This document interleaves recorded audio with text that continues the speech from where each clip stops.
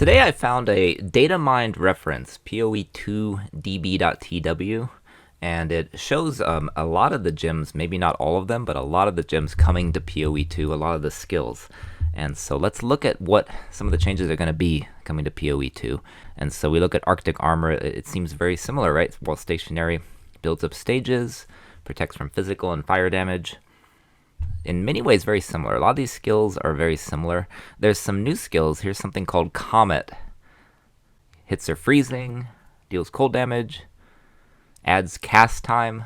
Very interesting. How is Despair looking? Lowering their chaos res, very similar. One thing that stood out was Flicker Strike right here. It requires a quarterstaff. You're going to need a quarterstaff to use this in PoE2. It consumes power charges to perform additional teleporting strikes on nearby enemies. Very different looking. Gas Arrow, what the hell? So it's a poisonous. I suppose it doesn't say anything in the top. It just says attack projectile duration AOE. Poisonous gas where it lands. Let's see here. Ice Spear requires a spear. That makes sense. And you can arm it.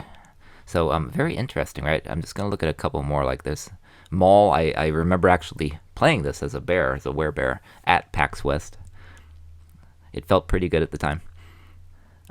Where to begin, right? Solar Orb. Anything else stand out? Sunder, let's see here.